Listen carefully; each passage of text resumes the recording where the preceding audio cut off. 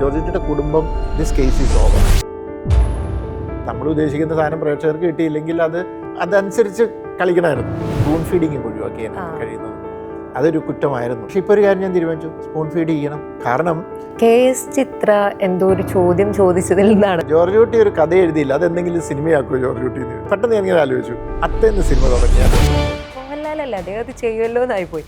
ഒരു normal character advocate നോക്കി ചോദ്യം ചോദിച്ചു കഴിഞ്ഞപ്പോൾ അവിടുന്ന് ഒരു മറുപടി പറയുമ്പോൾ ലാൽ സാറിൻ്റെ കണ്ണിങ്ങനെ എന്ത് രസമായിട്ടത് ചെയ്തു എന്നുള്ളതാണ്.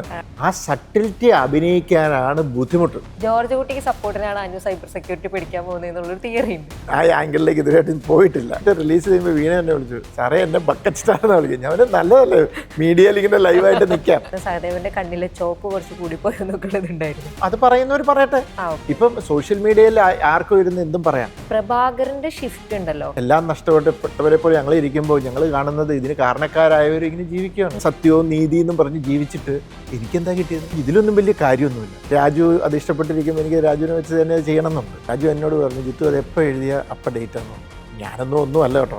അവിടെയാണ് നമ്മൾ ഓർക്കേണ്ട ചില പേരുകൾ. ശ്രീനിയേട്ടൻ, ലോകിയേട്ടൻ. End of the day cinema ഒരു ബിസിനസ് കൂടിയാണ്. ജിത്തു ജോസഫിന് മനസ്സിലുണ്ട് അഞ്ജുവിനൊരു സമാധാനവും സന്തോഷം കൊടുക്കണം. എവിടെയെങ്കിലും ഒരു വെളിച്ചം ജീവിതത്തിലേക്ക് കിട്ടത്തക്ക രീതിയിൽ ദൃശ്യം പറ്റുകയാണെങ്കിൽ അതും കൂടി കൊണ്ടുവരിക. കുറെ പേര് കൊണ്ടുവരില്ല എന്ന് പറഞ്ഞുകൊണ്ടിരിക്കണേ.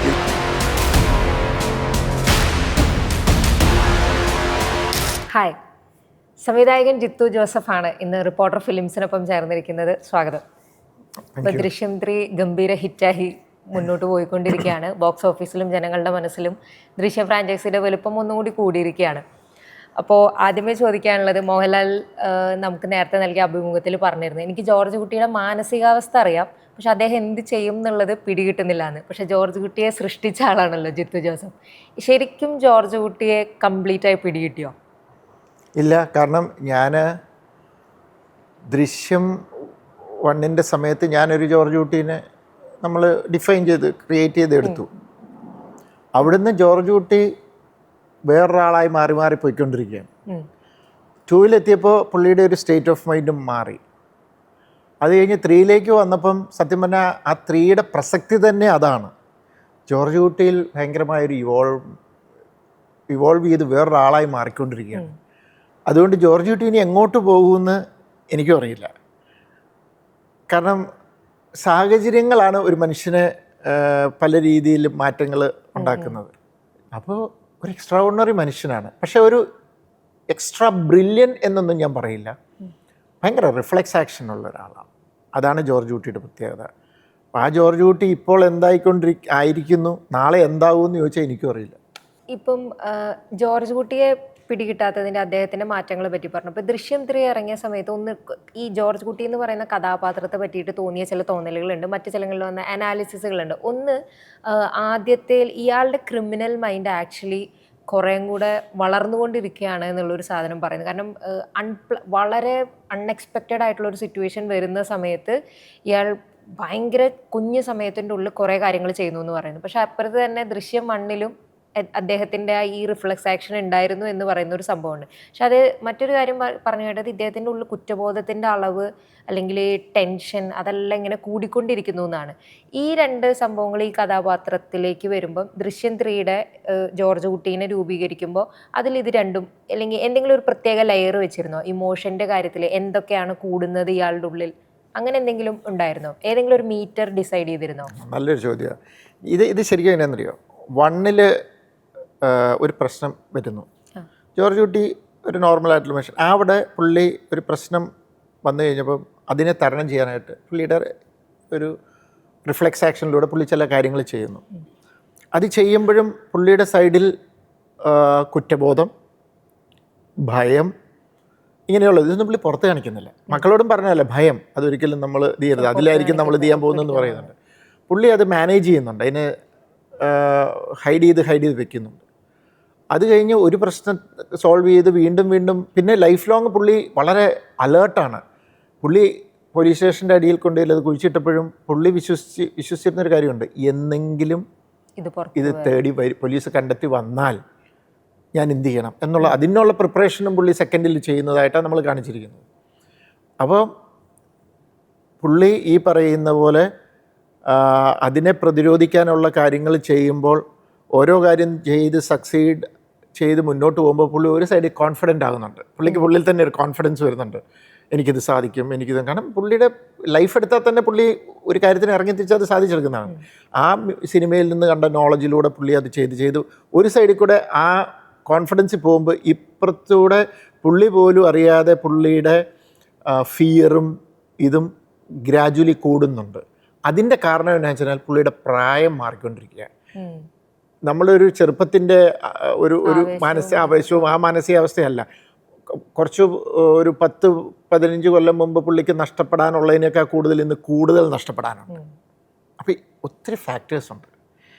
അത് വെച്ചിട്ടാണ് നമ്മൾ ആ സെക്കൻഡിൽ നിന്ന് തേർഡിലേക്ക് അങ്ങനെയൊക്കെ പോകുമ്പോൾ ഇയാളുടെ സ്വഭാവത്തിൻ്റെ രൂപീകരണം ഞാൻ ഫിക്സ് ചെയ്തത്. അപ്പോൾ ഒത്തിരി ഘടകങ്ങളുണ്ട്. ഇപ്പം ജോർജ് കുട്ടിയിൽ ഈ പറഞ്ഞ മാറ്റം ഉണ്ടാവുന്നുണ്ട്.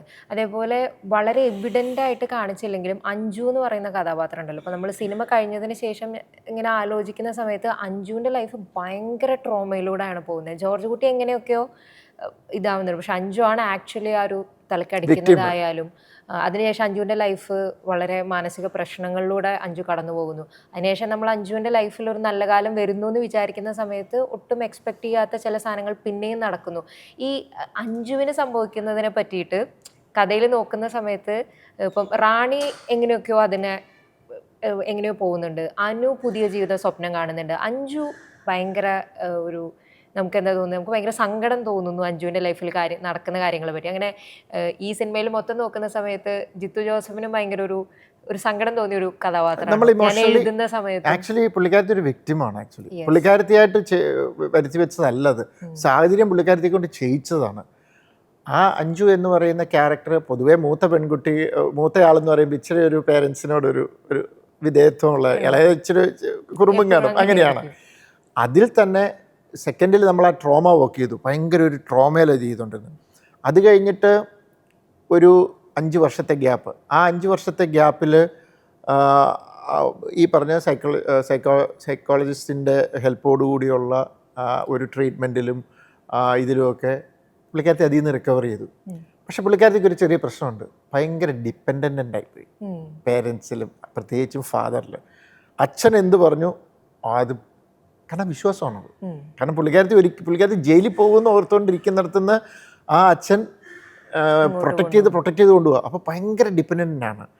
അതുകൊണ്ട് തേർഡിൽ കൂടുതലും അധികം ഡയലോഗൊന്നുമില്ല. പുള്ളിക്കാരത്തി കാഴ്ച ഒരു പയ്യൻ്റെ ഫോട്ടോ കാണിക്കുമ്പോൾ ഇങ്ങനെ നോക്കി അഭിപ്രായങ്ങളുണ്ട്, പക്ഷെ അത് വളരെ അനിയത്തിയോട് ഷെയർ ചെയ്യും. എന്നിട്ട് പക്ഷെ അത് ഓപ്പണായിട്ട് പേരൻസിൻ്റെ അടുത്ത് പറയാൻ പോലും ഇതില്ല. കാരണം may be I M wrong എന്നുള്ളൊരു ഫീലിങ്. ഇനിയിപ്പോൾ എൻ്റെ ചിന്ത ഇതാണ്, പക്ഷെ അച്ഛൻ അത് പറയുമ്പോൾ അതായിരിക്കും ശരി എന്നൊക്കെയുള്ള ഒരു മാനസികാവസ്ഥയിലാണ്. പക്ഷേ ചേച്ചിക്ക് വേണ്ടി ഫൈറ്റ് ചെയ്യുന്ന അനിയത്തിയാണ്. അതുകൊണ്ടാണ് ആ ക്യാരക്ടറൈസേഷൻ ഞാൻ ചെയ്തത്. പക്ഷെ അത് കഴിഞ്ഞ് ലൈഫ് എല്ലാം സെറ്റായി ഇനി ലൈഫ് മുന്നോട്ട് നല്ല രീതിയിൽ പോകുമെന്ന് പ്രതീക്ഷിക്കുമ്പോൾ വീണ്ടും അതൊരു ദുരന്തമായി വന്ന് കയറുകയാണ്. അപ്പോൾ ശരിക്കും നമുക്ക് ഭയങ്കര സഹതാപം തോന്നുന്ന ക്യാരക്ടറാണ് ഈ 4 ഫാമിലിയിലെ അഞ്ജു. അപ്പോൾ ഏതെങ്കിലും സമയത്ത് റൈറ്റർ എന്നുള്ള രീതിക്ക് പല എഴുത്തുകാർക്കും തോന്നുന്നുണ്ട്, ഞാനിനി കുറച്ച് സന്തോഷം ഈ കഥാപാത്രത്തിന് കൊടുത്തേക്കാം, അല്ലെങ്കിൽ ഇവരിനെ ഈ ദുഃഖത്തിൽ നിന്ന് മോചിപ്പിച്ചേക്കാം എന്നൊക്കെ പല എഴുത്തുകാരും പറയുന്നത് കേട്ടിട്ടുണ്ട്. ലൈക്ക് ഭയങ്കര വിഷമം തോന്നിയിട്ട്. അങ്ങനെ ജിത്തു ജോസഫിന് മനസ്സിലുണ്ട് അഞ്ജുവിനൊരു സമാധാനവും സന്തോഷവും കൊടുക്കണമെന്ന്. മേ ബി എനിക്കറിയില്ല, ചിലപ്പോൾ ഇനിയൊരു 4ാം ഭാഗം ഉണ്ടാവുകയാണെങ്കിൽ ചിലപ്പോൾ ഞാനിങ്ങനെ ചിന്തിക്കുമെന്ന് എനിക്കറിയില്ല. കാരണം എൻ്റെ ഈ പറഞ്ഞ ഇനി അങ്ങോട്ടുള്ള ചിന്തകൾ എന്താണെന്ന് എനിക്കിപ്പം അഡ്വാൻസ് ആയിട്ട് പറയാൻ പറ്റത്തില്ലല്ലോ. പക്ഷേ ഞാനും ഈ പറഞ്ഞ പോലെ ആസ് എ റൈറ്റർ എനിക്ക് ആഗ്രഹമുണ്ട് ഒരു എവിടെയെങ്കിലും ഒരു വെളിച്ചം ജീവിതത്തിലേക്ക് കിട്ടത്തക്ക രീതിയിൽ ഒരു പോസിറ്റീവായിട്ടുള്ളൊരു ഇത് കൊടുക്കണം എന്ന് എനിക്കും ആഗ്രഹം. ഇപ്പം അനുവിൻ്റെ ക്യാരക്ടറിനെ പറയുന്ന സമയത്ത് പിന്നെ എല്ലാവരും ഒരു ഡീകോഡ് ചെയ്തെടുത്തത് അനു പഠിക്കാൻ പോകുന്നത് സൈബർ സെക്യൂരിറ്റിയാണ്. അപ്പോൾ അനു ഭയങ്കര ചെറുതിലാണ് ഇത് കാണുന്നതെന്ന് വെച്ചാലും അനു വളരുന്നതിൻ്റെ ഒപ്പം ഈ ക്രൈമിൻ്റെ പല വശങ്ങൾ കൂടി മനസ്സിലാക്കിയിട്ടാണ് അനു വളരുന്നത്. മേ ബി അഞ്ജുവിനുള്ളൊരു ട്രോമയുടെ ബാരിയർ ഇല്ലാതെ അനു ഇതിനെ കുറച്ചും കൂടെ എങ്ങനെയോ കാണുന്നത്. മേ ബി ജോർജ് കുട്ടിയുടെ ഒരു എന്താ പറയുക, അതിൻ്റെ ജീൻസ് കുറച്ചും കൂടി വന്നിട്ടുള്ളത് അനുവിലായിരിക്കും. അനു സൈബർ സെക്യൂരിറ്റി പഠിക്കുന്നത് പോലും എപ്പോഴെങ്കിലും പണി കിട്ടിക്കഴിഞ്ഞാൽ അച്ഛന് ആ ടെക്നോളജി അറിയില്ലെങ്കിൽ തിരിച്ചു കൊടുക്കാനുണ്ടാവണം. അങ്ങനെ അച്ഛനൊരു സപ്പോർട്ടിന് വേണ്ടിയിട്ടാണ് എന്നുള്ള, ജോർജ് കുട്ടിക്ക് സപ്പോർട്ടിനാണ് അനു സൈബർ സെക്യൂരിറ്റി പഠിക്കാൻ പോകുന്നത് എന്നുള്ളൊരു തിയറി ഉണ്ട്. ഞാൻ ആ ആംഗിളിലേക്ക് ഇതുവരെയായിട്ടും പോയിട്ടില്ല. അതെന്തുകൊണ്ടാണ് സൈബർ സെക്യൂരിറ്റി തന്നെ തിരഞ്ഞെടുത്തത്? അതന്നേരം ഇപ്പോഴത്തെ ഒത്തിരി പിള്ളേർ പഠിക്കുന്ന ഒരു സാധ്യതയുള്ളൊരു കോഴ്സാണ്. എനിക്ക് പരിചയമുള്ള എൻ്റെ ഒരു ഫ്രണ്ടിൻ്റെ മോൻ സൈബർ സെക്യൂരിറ്റി UK എവിടെയോ പോയി പഠിക്കുന്നുണ്ട്. അപ്പോൾ ആ വ്യക്തി എൻ്റെ കൂടെ ഈ സിനിമയിൽ വർക്ക് ചെയ്യുന്നുണ്ടായിരുന്നു. അപ്പോൾ സ്വാഭാവികമായിട്ടും പുറത്തെവിടെയെങ്കിലും പോയി പഠിക്കാൻ, നല്ലൊരു കോഴ്സ് പഠിക്കുക എന്ന് പറഞ്ഞപ്പോൾ ഞാൻ സൈബർ സെക്യൂരിറ്റി വെച്ചെന്നേ ഉള്ളൂ. എനിക്കറിയില്ല, അങ്ങനെ അങ്ങോട്ടൊന്നും ഞാൻ ചിന്തിച്ചിട്ടില്ല. പിന്നെ വേറെ ഒരു തിയറി ഉണ്ടായിരുന്നല്ലോ, 5 ആയിരിക്കും ഇനി ഇത് ചതിക്കാൻ പോകുന്നത്, എല്ലാം വിളിച്ചു പറയും, അങ്ങനെ ഒരു തിയറി ഉണ്ടായിരുന്നു. അനു ആയിരിക്കും എല്ലാ പ്രശ്നം ഉണ്ടാക്കാൻ പോകുന്നത്. ലൈക്ക് അനുവിനെ ആരും അധികം കെയർ ചെയ്യുന്നില്ലല്ലോ, അഞ്ജുലിക്കാണ് പാരന്റ്സ് മുഴുവൻ പോകുന്നത്. അപ്പം ചേച്ചി കാരണം നമ്മുടെ ലൈഫ് ഭയങ്കര പ്രശ്നമായെന്നൊക്കെ വിചാരിച്ചേക്കാം എന്നൊക്കെയുള്ള തിയറീസ് ഒരുപാടുണ്ടായിരുന്നു. ഈ തിയറീസിന്റെ കാര്യം പറയുന്ന സമയത്ത് തന്നെ ഇത്രയും ഗ്യാപ്പ് ഉണ്ടല്ലോ. ഇപ്പം 1-ന് ശേഷം ദൃശ്യം 1-ന് ശേഷം 2 വരുമ്പോൾ ഒരുപാട് തിയറീസ് വരുന്നു, 2-ന് ശേഷം 3 വരുമ്പോൾ അതിൽ കൂടുതൽ തിയറീസ് വരുന്നു.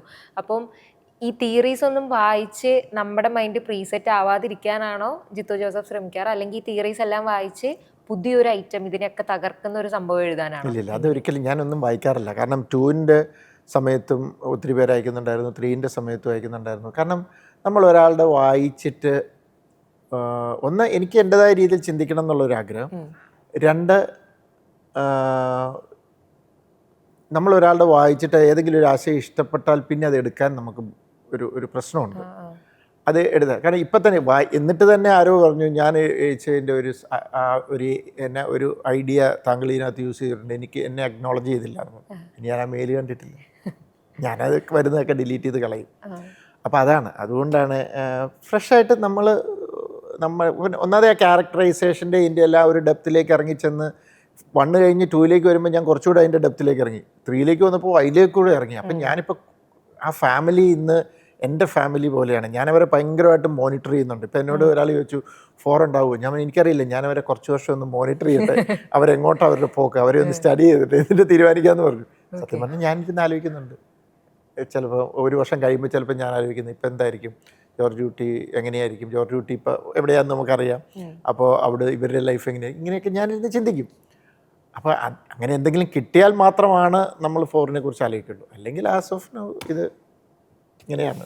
ഇപ്പം റാണി അവിടെയുള്ള ബാക്കി ആൾക്കാരെ സംബന്ധിച്ചിടത്തോളം റാണി കുറച്ചും കൂടെ കൂളായിട്ടാണ്, അല്ലെങ്കിൽ റാണീന് ഇതൊന്നും ഭയങ്കരമായിട്ട് ബോധർ ചെയ്യില്ല എന്നുള്ള സംഭവം ദൃശ്യം 3-ൽ തോന്നുന്നുണ്ട്. ലൈക്ക് ജോർജ് കുട്ടി ഭയങ്കരമായിട്ട് മേ ബി അത് റാണിയോട് ജോർജ് കുട്ടി പല കാര്യങ്ങളും ഷെയർ ചെയ്യാത്തത് കൊണ്ടാണോ, അല്ലെങ്കിൽ റാണിയുടെ ഒരു ട്രെയിറ്റ് ആണോ? ലൈക്ക് അവർ ഒരുപാട് കാര്യങ്ങളെ കുറിച്ച് വലിയ ബോധർ ത്രീയിലെ കാര്യമാണ്. 3-ലെ കാര്യം 2-ൽ ഭയങ്കര ബോധറേഷൻ ആയിരുന്നു, 2-ൽ അപ്സെറ്റ് ആയിരുന്നു, ചോദിച്ചുകൊണ്ടിരിക്കുന്നതായിരുന്നു. പക്ഷെ അത് ആവശ്യമില്ലാതെ കയറി അതിനകത്ത് കയറി ആലോചിച്ച് ഇത് ചെയ്ത് അതുകൊണ്ട് തന്നെ പ്രശ്നമായെന്ന് റാണി തിരിച്ചറിഞ്ഞു. പറയിപ്പിക്കാനായിട്ട് ജോർജ് കുട്ടി അറിയാനായിട്ടുള്ള അതാണ് പിന്നീട് അപകടത്തിലേക്ക് പോയത്. അതുകൊണ്ട് 3 വന്നപ്പം റാണി ഒരു തീരുമാനം എടുത്തു, ബ്ലൈൻഡായിട്ട് കൂടെ നിൽക്കുക, ഉള്ളിലുണ്ടെങ്കിലും ഭർത്താവിലങ്ങ് വിശ്വസിക്കുക. മക്കളെടുക്കുന്ന പോലെ തന്നെ ഭർത്താവിലും ഇനി അങ്ങനത്തെ ടെൻഷൻ എന്ത് ചെയ്യണ്ട, എന്തായാലും കേസിൽ നിന്ന് അവിടെ നിന്നൊക്കെ ഊരിപ്പോന്നു, അതിൽ നിന്നൊക്കെ ഇങ്ങനെയായി, ഹൈക്കോടതി ഇത് ക്വാഷ് ചെയ്തു. അപ്പം പുറമേയും ഒരു സേഫ് ഇതാണ്, എന്നാലും ഉള്ളിലൊരു ചെറിയ സംശയമുണ്ട്. ആ സംശയങ്ങൾ മക്കൾക്കും ഉണ്ട്. അതുകൊണ്ടാണ് ഞാൻ അങ്ങനെ ഒരു സീൻ വെച്ചത്. അവരുടെ ചില സംശയങ്ങൾ ഇത് ചെയ്യാനായിട്ട് ആ വക്കീലിനെ വിളിച്ചുവിട്ട് വക്കീൽ അത് ഫുൾ അത് എക്സ്പ്ലെയിൻ ചെയ്യുമ്പോൾ അവർക്കൊരു ആശ്വാസമായി. അപ്പം ഫാമിലിയെ സംബന്ധിച്ചിടത്തോളം ജോർജ് കുട്ടിയും ജോർജ് കുട്ടിയുടെ കുടുംബം ദിസ് കേസ് ഈസ് ഓവർ അവരെ സംബന്ധിച്ചിടത്തോളം. അതുകൊണ്ട് അവർ സമാധാനമായിട്ട് ജീവിക്കുന്നത്. ഇനിയിപ്പോൾ മകളുടെ കാര്യങ്ങൾ നോക്കണം, അതിൻ്റെ പ്രശ്നങ്ങളുണ്ട്, അത് അവൾ കല്യാണം കഴിപ്പിക്കണം, അങ്ങനെയുള്ള ഇതിലേക്ക് റാണി കിടക്കുന്നു. പക്ഷേ അവിടെയാണ് ജോർജ് കുട്ടി തന്നെയാണ് ഇപ്പം. ജോർജ് കുട്ടിക്ക് ഇനി ഇത് ഒരു കാരണവശാലും അവരങ്ങ് സെറ്റിൽഡായി, അവർ സമാധാനമായിട്ടിരിക്കുക, ഇനി ഒരു പ്രശ്നവും അവരിലേക്ക് എത്തരുത്. പക്ഷെ പുള്ളിയുടെ ഉള്ളിലൊരു എവിടെയോ ഒരു പേടിയുണ്ട്. അപ്പോഴാണ് ചില അവിടെ ഇവിടെയൊക്കെ ചില അടയാളങ്ങൾ കണ്ടു തുടങ്ങി. അപ്പം അതിൻ്റെ ടെൻഷൻ. ഇപ്പം ഈ സംഭവം കൂടുതൽ ആൾക്കാർ ചർച്ച ചെയ്യരുത് അല്ലെങ്കിൽ കൂടുതൽ ആൾക്കാർ ചർച്ച ചെയ്യരുതെന്നായിരിക്കുമല്ലോ ജോർജ് കുട്ടി ആഗ്രഹിക്കുക. അങ്ങനത്തെ ഉള്ള ഒരു ജോർജ് കുട്ടി എന്തുകൊണ്ടാണ് അതേ സംഭവം തന്നെ ഒരു സിനിമയാക്കാൻ ശ്രമിച്ചത്? അല്ല, ചർച്ച ചെയ്തിരുന്ന പുള്ളി ജോർജ് കുട്ടിക്ക് ഒരു കുഴപ്പമില്ല, എന്ത് വേണമെങ്കിലും ചർച്ച ചെയ്തോട്ടെ, അന്വേഷണം പറയുന്നത്. കാരണം ജോർജ് കുട്ടി മനസ്സിലാക്കിയിട്ടൊരു കാര്യമുണ്ട്, ഇത് എല്ലാവർക്കും അറിയാം. അത് തന്നെയാണ് അവിടെ അഡ്വക്കേറ്റ് രേണുക പറയുന്നുണ്ട്, നിങ്ങളൊരു കാര്യം മനസ്സിലാക്കണം, ഈ നാട്ടിലുള്ള നല്ലൊരു ശതമാനം ആൾക്കാർക്ക് ഇതിൻ്റെ സത്യാവസ്ഥ അറിയാം. അവർക്ക് അറിയാൻ മേലാത്തത് ഒരുപക്ഷെ മജോറിറ്റി ആൾക്കാർക്ക് അറിയാൻ മേലാത്തത് ആര് ചെയ്തു എന്നുള്ളതാണ്. എന്തോ ആ പയ്യൻ ഇതായിട്ട് ചെയ്തു, അതുകൊണ്ട് തന്നെയാണ് നമ്മൾ അതിൻ്റെ പല ഇത് പറയുന്നുണ്ട്. പോലീസിൽ തന്നെ ഇർഷാദിൻ്റെ ക്യാരക്ടർ പറയുന്നുണ്ട്, പോലീസിൽ തന്നെ ആൾക്കാർ പറയുന്നുണ്ട് നിങ്ങളെ ആരെയും കുറ്റപ്പെടുത്തില്ല, കാരണം ഇതാണ്. പിന്നെ വക്കീൽ പറയുന്നുണ്ട് സൊസൈറ്റി ഇതിൻ്റെ സത്യാവസ്ഥ അറിയാവുന്നവർ ആരും നിങ്ങളെ കുറ്റപ്പെടുത്തില്ല. അപ്പോൾ ഒരുമാതിരിക്കാർക്കൊക്കെ അറിയാം, പക്ഷെ ആര് ചെയ്തു, എന്ത് സാഹചര്യത്തിൽ, എങ്ങനെ, അവിടെയൊക്കെ അതിന് പോലീസിന് ക്ലാരിറ്റി ഉണ്ട്, പക്ഷെ അതിലേക്ക് കണക്ട് ചെയ്യാനായിട്ടുള്ള തെളിവില്ല. ഇതാണ് സിറ്റുവേഷൻ. അതുകൊണ്ട് സോഷ്യൽ മീഡിയ ചർച്ച നടക്കുന്നുണ്ട്. ഇപ്പം പലരും ഇപ്പം നമ്മുടെ നാട്ടിൽ ഇപ്പോൾ നമ്മൾ ഈ ഇത് മാറ്റുക, ഇപ്പോൾ ഒരു സെലിബ്രിറ്റി, അവരെക്കുറിച്ച് സോഷ്യൽ മീഡിയയിൽ പല പല കഥകളും പലതും ഉണ്ടാവും. ആ സെലിബ്രിറ്റിയെ കണക്ട് ചെയ്തൊരു സംഭവം ഉണ്ടാവും. രണ്ട് രീതിയിലാണ്. ആ സോഷ്യൽ മീഡിയയിലേക്ക് നമ്മൾ ഒത്തിരി ഇൻവോൾവ് ആയാൽ നമുക്ക് പിന്നെ അത് ടെൻഷനാണ്. അത് മൈൻഡ് ചെയ്യാതെ അവരവരുടെ ജീവിതം ജീവിക്കുന്ന എത്രയോ ആൾക്കാരുണ്ട്. ജോർജ് കുട്ടി അതുപോലെ ഒരാളാണ്. എന്ത് വേണേലും ആൾക്കാർ പറഞ്ഞോട്ടെ, പുള്ളിക്ക് ഇത്രയേ ഉള്ളൂ, ഇവർ ലീഗലി അകത്ത് പോരുന്നു എൻ്റെ മകള്, ബാക്കി ഇവിടെ എന്ത് പറഞ്ഞാലും പുള്ളിക്ക് കുഴപ്പമൊന്നും. ഇപ്പം നമ്മൾ തിയേറ്ററിൽ ഇരുന്നിട്ട് പടം കാണുന്ന സമയത്ത് നമുക്ക് കറക്റ്റ് കുറച്ച് ഹൈ മൊമെന്റ്സ് ഉണ്ടല്ലോ. അപ്പം അതിനകത്ത് ഇപ്പം ഞങ്ങൾ പോസ്റ്ററും കൂടെ പുറത്ത് വിട്ടത് കൊണ്ട് തന്നെ എൻ്റെ ഹൈ മൊമെന്റ് ഉണ്ട്. അപ്പം അത് വളരെ സീക്രട്ടായിട്ട് വെച്ചിട്ടുണ്ടായിരുന്നു. അപ്പോൾ അതിന് ജിത്തു ജോസഫിൻ്റെ മനസ്സിൽ ഭയങ്കര പ്ലാനിങ് ഉണ്ടായിരുന്നു, ലൈക്ക് ഇത് എന്തായാലും പുറത്തു പോകരുത് എന്നുള്ളത്. ഇപ്പം കലാഭവൻ ഷാജോനോട് ചോദിക്കുന്ന സമയത്ത് ദൃശ്യം 3 അതിൻ്റെ റിലീസാണോ എനിക്കറിയില്ല, അതൊക്കെ ഭയങ്കര നിർദ്ദേശം കൊടുത്തിരുന്നോ, ഒരു കാരണവശാലും പുറത്തു പോകരുതെന്ന്. കാരണം ഇപ്പം നമ്മൾ എത്രയോ സിനിമകളിൽ കണ്ടിട്ടുണ്ട് ക്യാമിയോസ് അവസാനം വരുന്നത്, അവരാരും പുറത്തു വിടാറില്ലല്ലോ എന്ന് പറയുന്നതല്ലേ. ഇതിനൊരു പ്രത്യേകത വെച്ചാൽ വണ്ണിൽ അതുപോലെ ഒരു ക്യാരക്ടർ ചെയ്തതാണ്. 2 എല്ലാവരും പ്രതീക്ഷിച്ചു, ഉണ്ടായില്ല. അപ്പോൾ 3 എല്ലാവരും ആഗ്രഹിക്കുന്നതാണ് ഈ കഥാപാത്രം എന്ന് പറയുന്നത്. അപ്പോൾ പുള്ളി വരുന്ന ഇത് കഴിയുന്നത് ഒരു കാരണം എന്താ പറയുക, ആൾക്കാർ വേറെ രീതിയിലേക്ക് അതിനെ ആലോചിച്ച് ചിന്തിച്ച് കൂട്ടാൻ തുടങ്ങും. ഇങ്ങനെയായിരിക്കും, അങ്ങനെയായിരിക്കും. അത് വേണ്ടെന്ന് ഓർത്തിട്ടാണ് നമ്മളത് വളരെ രഹസ്യമായിട്ട് തന്നെ ഷൂട്ട് ചെയ്തത്. പിന്നെ ഇത് ഇറങ്ങിയതിന് ശേഷം അഫ്കോഴ്സ് കലാഭവൻ ഷാജോണിൻ്റെ ഒരു കരിയർ എടുത്തു കഴിഞ്ഞാൽ സഹദേവൻ അത്ര പീക്ക് ക്യാരക്ടറാണ്. നമുക്ക് എനിക്ക് തോന്നുന്നു ബാക്കി ഒരുപാട് സിനിമകളിൽ അതിൻ്റെ പല വേർഷൻസ് വന്ന സമയത്തും സഹദേവൻ ഭയങ്കര ടോപ്പിൽ തന്നെയാണ് ഇപ്പോഴും ഒരുപാട് പേരുടെ മനസ്സിൽ നിൽക്കുന്നത്. അപ്പോൾ എന്നാലും ഇത് ഇറങ്ങിയ സമയത്ത് അതിന് ശേഷം വന്നൊരു വിമർശനം സഹദേവൻ്റെ കണ്ണിലെ ചോപ്പ് കുറച്ച് കൂടിപ്പോയി എന്നൊക്കെയുള്ളതുണ്ടായിരുന്നു. അപ്പോൾ അത്തരം ചെറിയ വിമർശനങ്ങൾ വരുമ്പോൾ സാർ അതിനെങ്ങനെയാ കാണുക? അല്ലെങ്കിൽ ഇപ്പം വീണ നന്ദകുമാർ കുറെ ട്രോൾസ് വരുന്നുണ്ട്, ഇപ്പം ആ ഒരു ബക്കറ്റായിട്ട്. അത് ഞാൻ എക്സ്പ്ലെയിൻ ചെയ്യാം. കണ്ണിൽ ചോപ്പിട്ടെന്ന് പറഞ്ഞു കഴിഞ്ഞാൽ നമ്മൾ ആ ക്യാരക്ടറിന് ഒരു ചെറിയൊരു ഭീകരത കൊടുക്കാൻ വേണ്ടി കൊടുത്തപ്പോൾ ഇച്ചിരി ചോപ്പ് കൂടിപ്പോയി. അപ്പോൾ അത് ചിലയിടത്ത് ഈ പറഞ്ഞ പോലെ എനിക്ക് അവസാനമായപ്പോൾ ഇച്ചിരി കുറഞ്ഞിട്ടുണ്ടായിരുന്നു. അതുകൊണ്ട് ഒരു അതിനകത്ത് അവർക്ക് ചിലർക്ക് തോന്നിയ ഒരു പ്രശ്നം പറയുന്നു, അത് പറയുന്നവർ പറയട്ടെ. ഇപ്പം സോഷ്യൽ മീഡിയയിൽ ആർക്കും ഇരുന്ന് എന്തും പറയാം, അവരുടെ അഭിപ്രായങ്ങൾ പറയാം, അതിൻ്റെ ഭാഗമായിട്ട് വരുന്നതാണ്. അതുകൊണ്ടൊന്നും സിനിമയെ ബാധിക്കാൻ പോകുന്നില്ല. വീണയുടെ കേസിൽ എന്നാന്ന് ചോദിച്ചു കഴിഞ്ഞാൽ, രണ്ടാമത് ആ സീക്വൻസിനകത്ത് നമ്മൾ എൻ്റെ പ്ലാനിങ്ങിൽ പുള്ളിക്കാരത്തി അങ്ങോട്ട് വരണം, ആ ഫ്രെയിമിലേക്ക് എൻ്റർ ആവണം.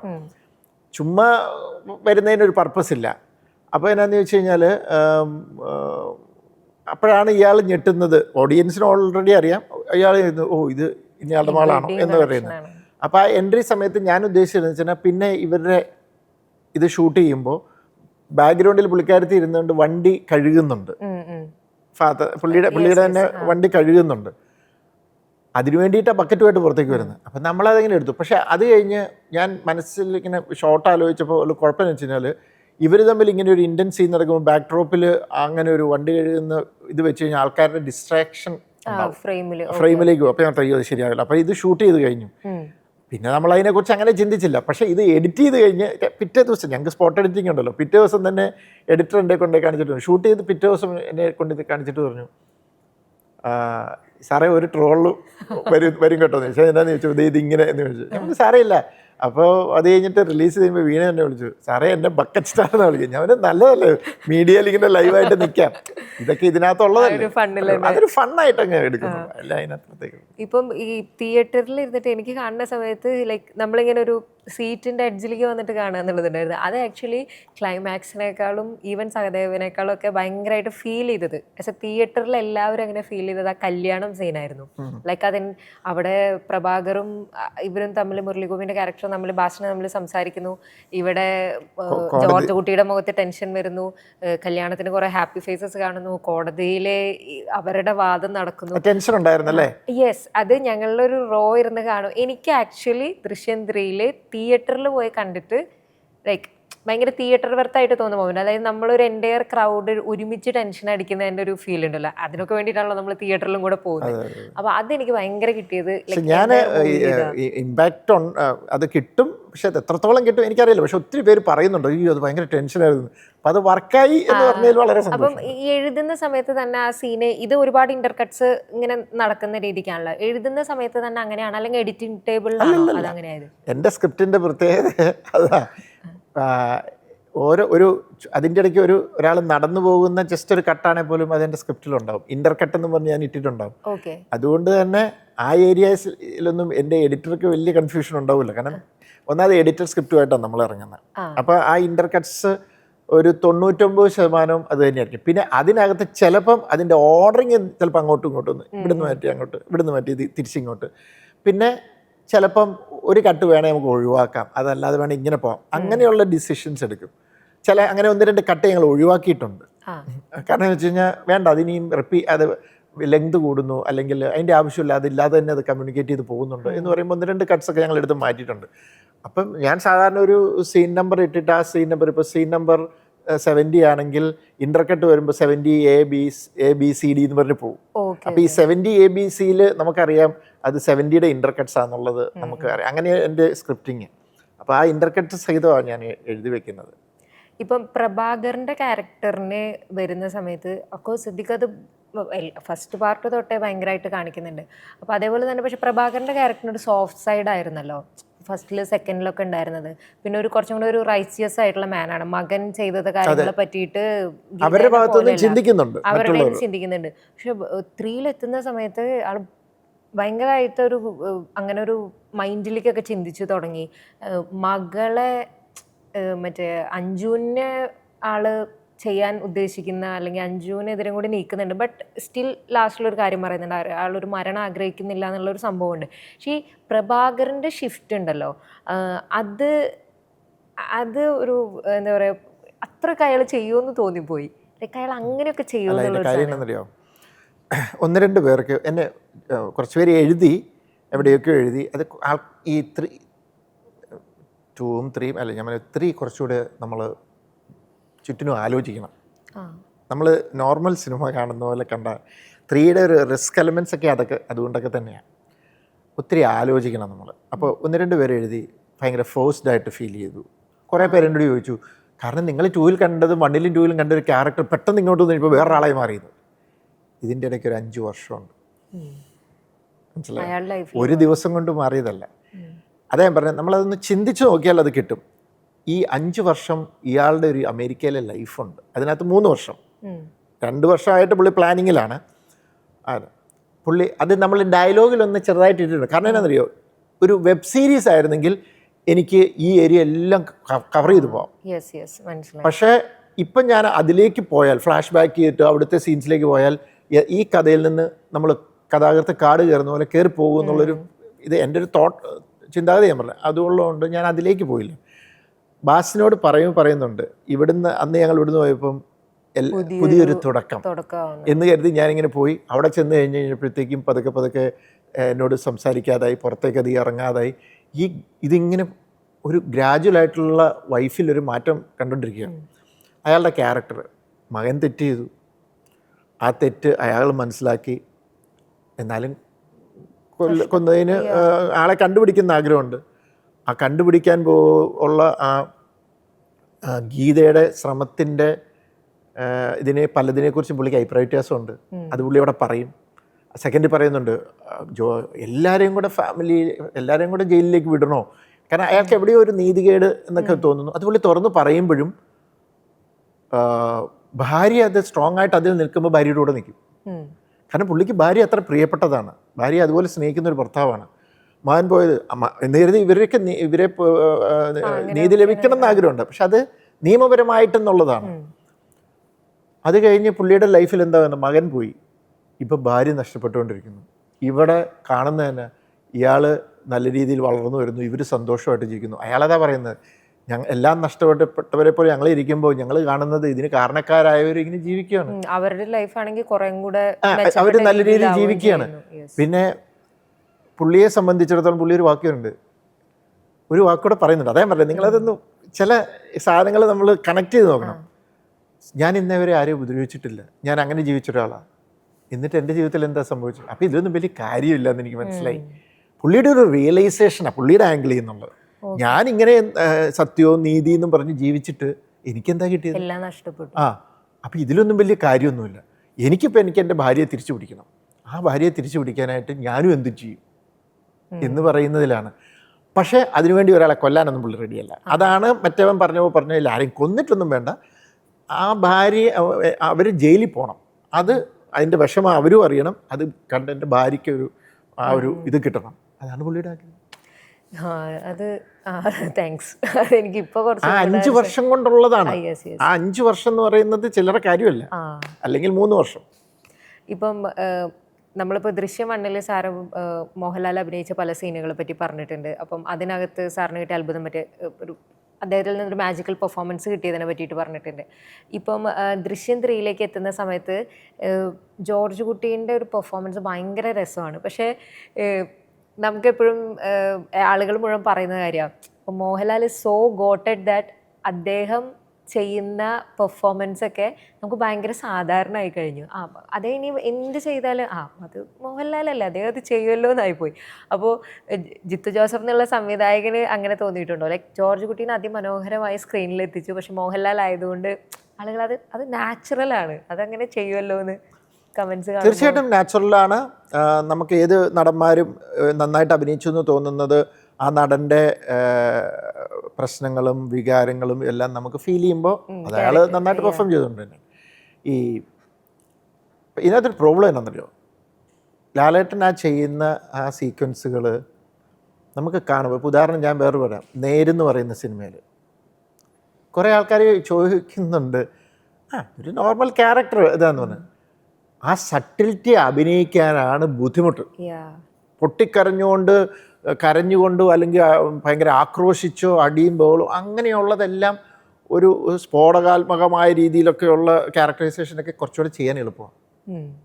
അതിൻ്റെ ആ ഒരു കൈയും കാലും എടുത്ത് ഫേഷ്യൽ എക്സ്പ്രഷനും അതും ഇതും ലൗഡ് സൗണ്ടിങ്ങും എല്ലാം കൂടെ വെച്ചിട്ട് ചെയ്യാം.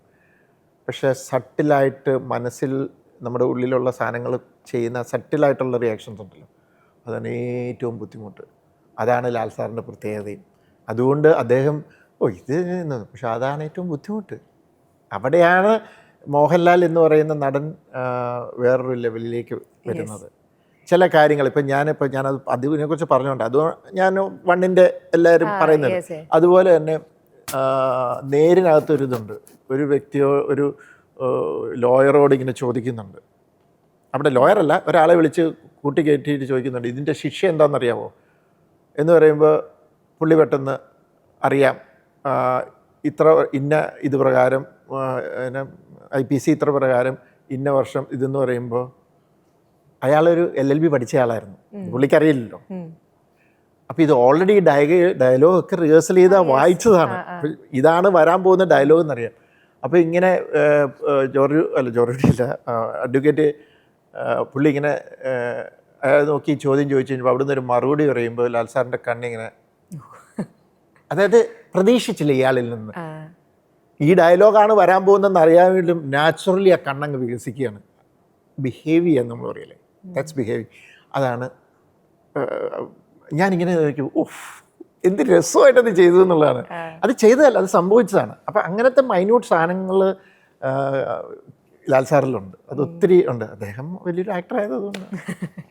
പിന്നെ ഇപ്പം ദൃശ്യം 3 രസമുള്ള, ദൃശ്യം 1 2 കുറച്ച് കുറവായിരുന്നെങ്കിലും ദൃശ്യം 3 ഭയങ്കര രസമായിട്ട് വന്നത് ആ ഫാമിലിയുടെ ഒരു സിറ്റുവേഷൻസ് കാണിച്ചതാണ്. ലൈക്ക് ഇതിൻ്റെ ഒരു ക്രൈം കുറേ പേർക്ക് ഭയങ്കര ലാഗാത്, അതാണ് ഓഡിയൻസിൻ്റെ വ്യത്യാസം. ഡിഫറൻസ് ഉണ്ട്. എന്നോട് കുറേ പേര് വിളിച്ചിട്ട് പറഞ്ഞത് 1-ൻ്റെയും 2-നേക്കാളും ഇഷ്ടപ്പെട്ട ഫസ്റ്റ് ഹാഫ് 3 ആയിരുന്നു, ഭയങ്കര രസമായിരുന്നു. അത് എല്ലാം ഫാമിലിയാണ്, അതിനകത്ത് യങ്സ്റ്റേഴ്സ് പോലും ഉണ്ട്. കാരണം അങ്ങനെ ഒരു ഫാമിലി ഇഷ്ടപ്പെടുന്നവർ.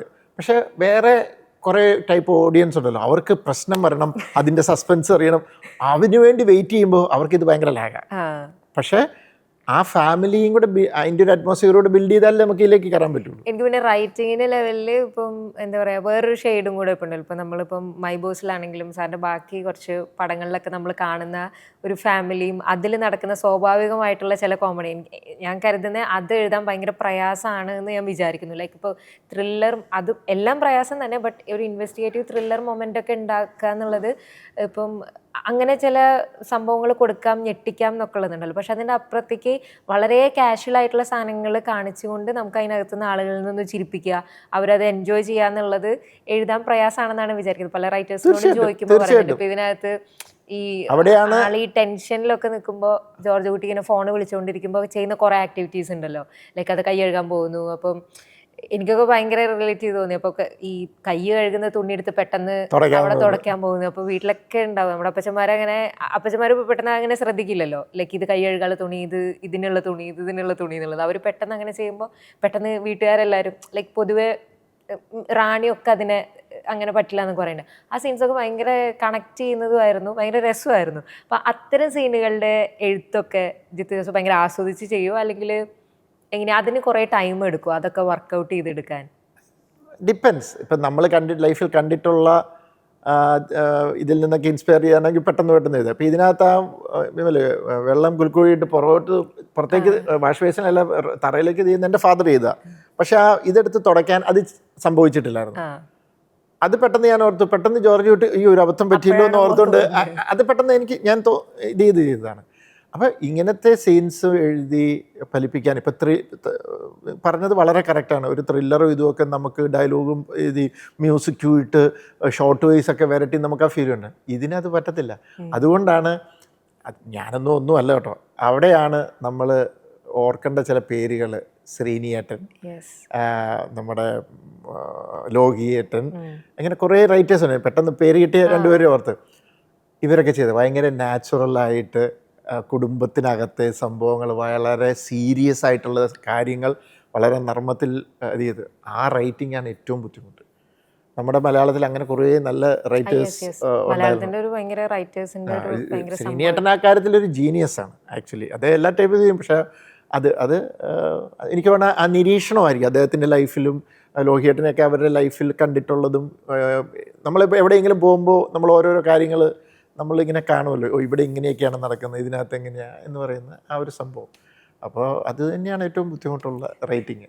അപ്പോൾ അത് പറഞ്ഞപ്പോഴാണ് ഇപ്പോൾ ഒരു സീരീസ് ഓഫ് നമ്മളിങ്ങനെ ക്രൈം ത്രില്ലേഴ്സും ഇൻവെസ്റ്റിഗേറ്റീവ് സ്റ്റോറീസിൻ്റെ ഒക്കെ കൂടെ പോയിക്കൊണ്ടിരിക്കുകയാണ്. അപ്പം എന്തെങ്കിലും ഒരു ഭയങ്കര കംപ്ലീറ്റ് ഫൺ റോണറിലൊരു സംഭവം വർക്കൗട്ട് ചെയ്യണം എന്നുള്ള ഭയങ്കര ആഗ്രഹമുണ്ടോ? ആഗ്രഹം എന്നും ഉണ്ട്. ഞാനിപ്പം അത് നുണക്കുഴി ഞാൻ ആ ഒരു ഇതിലാണ് ചെയ്തത്. ഒരു നല്ല ഒരു ഫാമിലി ബേസ്ഡ് ഹ്യൂമർ അങ്ങനത്തെ ഒരു സിനിമ ചെയ്യണമെന്ന് ആഗ്രഹമുണ്ട്. ഇത് വരണ്ടേ, ഇത് നടക്കണ്ടേ. ഒന്നാമത് ഒരു കുറച്ച് അടുപ്പിച്ചടുപ്പിച്ച് പ്രൊജക്റ്റ് വന്നപ്പം കുറച്ച് എന്താ പറയുക, നമ്മളൊന്ന് തിരക്ക് മാത്രമല്ല ഭയങ്കരമായിട്ട് അങ്ങോട്ട് പ്രഷറൈസ്ഡ് ആയിപ്പോയി. അപ്പോൾ അതുകൊണ്ടൊക്കെയുള്ള പ്രശ്നം. അതുകൊണ്ട് ഞാനൊന്ന് പതുക്കെ ഒന്ന് റിലാക്സ് ചെയ്തിട്ട് എനിക്കൊന്ന് പതിയെ വേറെ കുറച്ച് ജോണറുകൾ ഞാൻ ട്രൈ ചെയ്യാനായിട്ടുള്ള ശ്രമത്തിലാണ്. അപ്പം അങ്ങനെ കിട്ടണം എന്നാണ് ആഗ്രഹം. അതിനുവേണ്ടിയാണ് ഞാൻ ശ്രമിച്ചുകൊണ്ടിരിക്കുന്നത്. ഇതുവരെ ട്രൈ ചെയ്യാത്ത ഏതെങ്കിലും ജോണർ ഭയങ്കര ആഗ്രഹമുണ്ടോ? ഇപ്പം കുറേ ജോണേഴ്സ് ഉണ്ട്. കുറേ ജോണേഴ്സ് ഇപ്പം ഞാൻ ചെയ്യാത്ത ഹൊറർ ആണെങ്കിലും മ്യൂസിക്കലാണെങ്കിലും കുട്ടികളുടെ സിനിമയൊക്കെ ചെയ്യണമെന്ന് എനിക്ക് ഭയങ്കര ആഗ്രഹമുണ്ട്. പിന്നെ പണ്ട് രാജുവിനോട് പറഞ്ഞൊരു കഥയുണ്ട്. പക്ഷെ അത് ഒരിക്കലും അതൊരു സീരിയസ് ഫിലിമാണ്. രാജു എന്നോട് പറഞ്ഞു, ജിത്തു അത് എപ്പോൾ എഴുതിയ അപ്പം ഡേറ്റാന്ന് പറഞ്ഞു കഥ. അത് ഞാൻ മെമ്മറീസിൻ്റെ സമയത്ത് പറഞ്ഞതാണ്. പക്ഷേ ത്രില്ലറോ അതൊന്നുമല്ല, ഒരു ഫാമിലി ഡ്രാമയാണ്. അത് എനിക്ക് വേണം ചിലപ്പോൾ ഫെസ്റ്റിവലിനൊക്കെ അയക്കേണ്ട സിനിമയായിരിക്കും. എനിക്കറിയില്ല, നമ്മുടെ ഇവിടുത്തെ ഒരു രീതി അനുസരിച്ച് കൊമേഴ്സ്യലി തിയേറ്ററിലേക്ക് റിലീസ് ചെയ്താൽ എങ്ങനെയാവുമെന്ന് എനിക്കറിയില്ല. ഇറ്റ്സ് എ സീരിയസ് അതെനിക്ക് എഴുതണമെന്നുണ്ട്, പക്ഷെ അങ്ങോട്ട് ഇരിക്കാൻ പറ്റുന്നില്ല. കാരണം രാജു എന്ന് പറഞ്ഞു, ജിത്തു അത് എന്ന് എഴുതുന്നോ അന്ന് ഡേറ്റാണ് എന്നോടൊരു വാക്ക് പറഞ്ഞാണ്. പക്ഷെ അത് ഇതിനായിട്ട് എഴുതാൻ പറ്റിയിട്ടില്ല. ഇങ്ങനെ മടി പിടിച്ച് ഒന്നാമത് എഴുതുക എന്ന് പറയുമ്പോൾ മടി പിടിച്ച് ഇരിപ്പാണ്. പക്ഷെ ഈയിടെ എന്നോട് ചോദിച്ചു, എന്തുകൊണ്ട് ഡാഡി ആ സ്ക്രിപ്റ്റ് എഴുതാത്ത, എപ്പോഴും കൊമേഴ്സ്യൽ മാത്രം ചിന്തിക്കാതെ അങ്ങനത്തെ ഒരു സിനിമ ചെയ്തുകൂടെ എന്ന് പറഞ്ഞു. ശരിയാ. ഇപ്പം മലയാളത്തിൽ അങ്ങനെ പറയുന്നുണ്ടല്ലോ, ഇപ്പോൾ ഏത് kind of movies, even festival movie, ഇപ്പോൾ ഫെമിനിച്ചി ഫാത്തിമ, അങ്ങനെയുള്ള കുറേ ഫെസ്റ്റിവൽസിൽ ഹിറ്റായ പടങ്ങൾ, പാട്ടം പോലെയുള്ള സിനിമകൾക്കൊക്കെ കുറേയൊക്കെ ഓഡിയൻസ് മുന്നത്തെ സംബന്ധിച്ചിടത്തോളം തിയേറ്ററിലേക്ക് വരുന്നുണ്ട്. അതെ, പക്ഷേ ഇതിനകത്തൊരു കുഴപ്പം എന്താണെന്ന് വെച്ച് കഴിഞ്ഞാൽ end of the day cinema ഒരു ബിസിനസ് കൂടിയാണ്. അപ്പോൾ തിയേറ്ററിലൊരു ഇപ്പോൾ ഞാൻ ചെയ്തുകൊണ്ടിരിക്കുന്ന ഇപ്പം തന്നെ ഞാൻ പറഞ്ഞില്ല, ഫസ്റ്റ് ഹാഫിൽ തന്നെ എന്നിൽ നിന്ന് ത്രില്ലറും സസ്പെൻസും പ്രതീക്ഷിക്കുന്ന ഓഡിയൻസിന് നമ്മുടെ ദൃശ്യം 3യുടെ ഫസ്റ്റ് ഹാഫ് ലാഗാണ്. അപ്പം ഞാനിങ്ങനെ ഒരു സിനിമയായിട്ട് വരുമ്പോൾ അത് മജോറിറ്റി ഓഡിയൻസും പ്രതീക്ഷിക്കുന്ന ഒരു എൻ്റർടൈനിങ് അങ്ങനത്തെ ഒരു കൈൻഡ് ഓഫ് ഇതാണ്.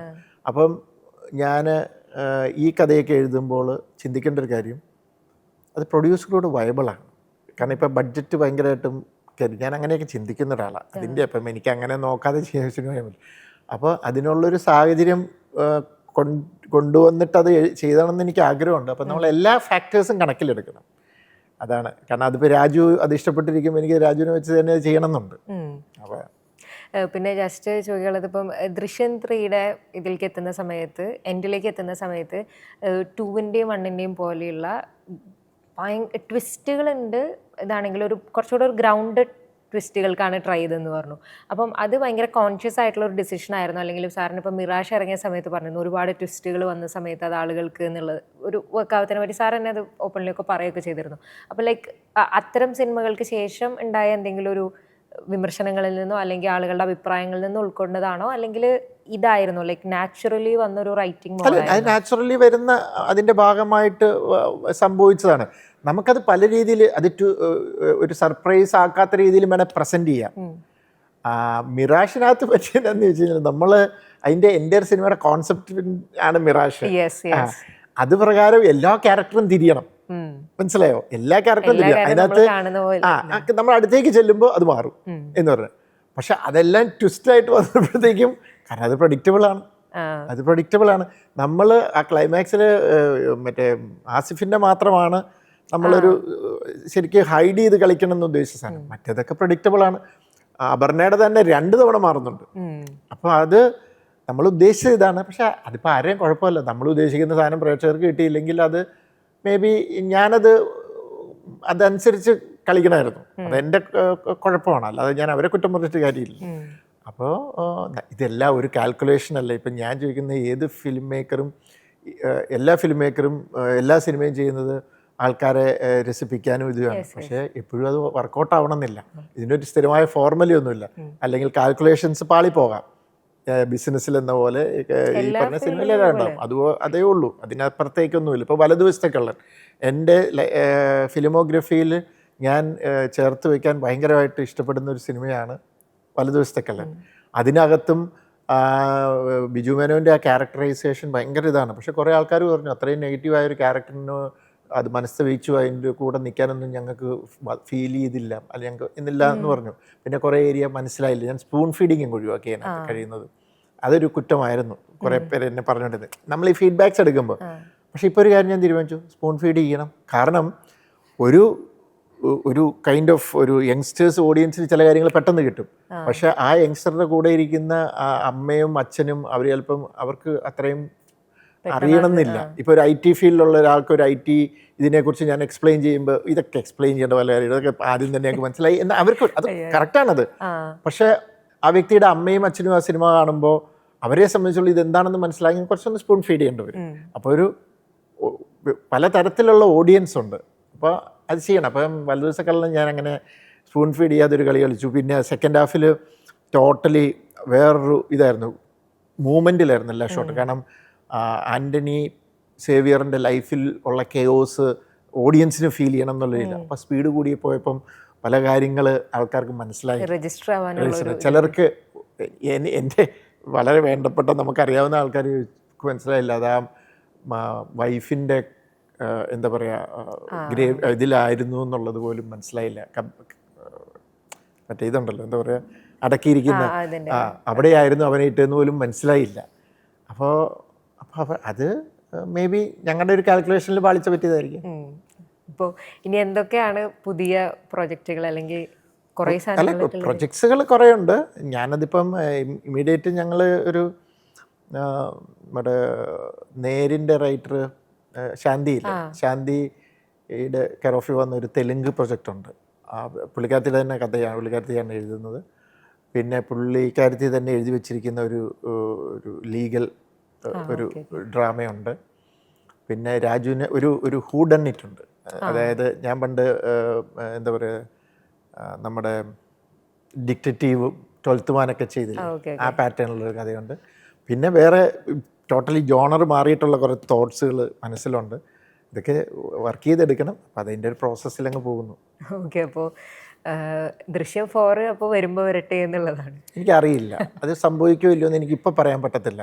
ജോർജ് കുട്ടി കുടുംബം എങ്ങനെ മുന്നോട്ട് അതെ, അവർ ഇപ്പോൾ ഞാൻ കുറച്ച് വർഷം വന്ന് അവരെ സ്റ്റഡി ചെയ്യട്ടെ, എങ്ങനെയാണ് അവരുടെ ഒരു പോക്കുന്നുള്ളത്.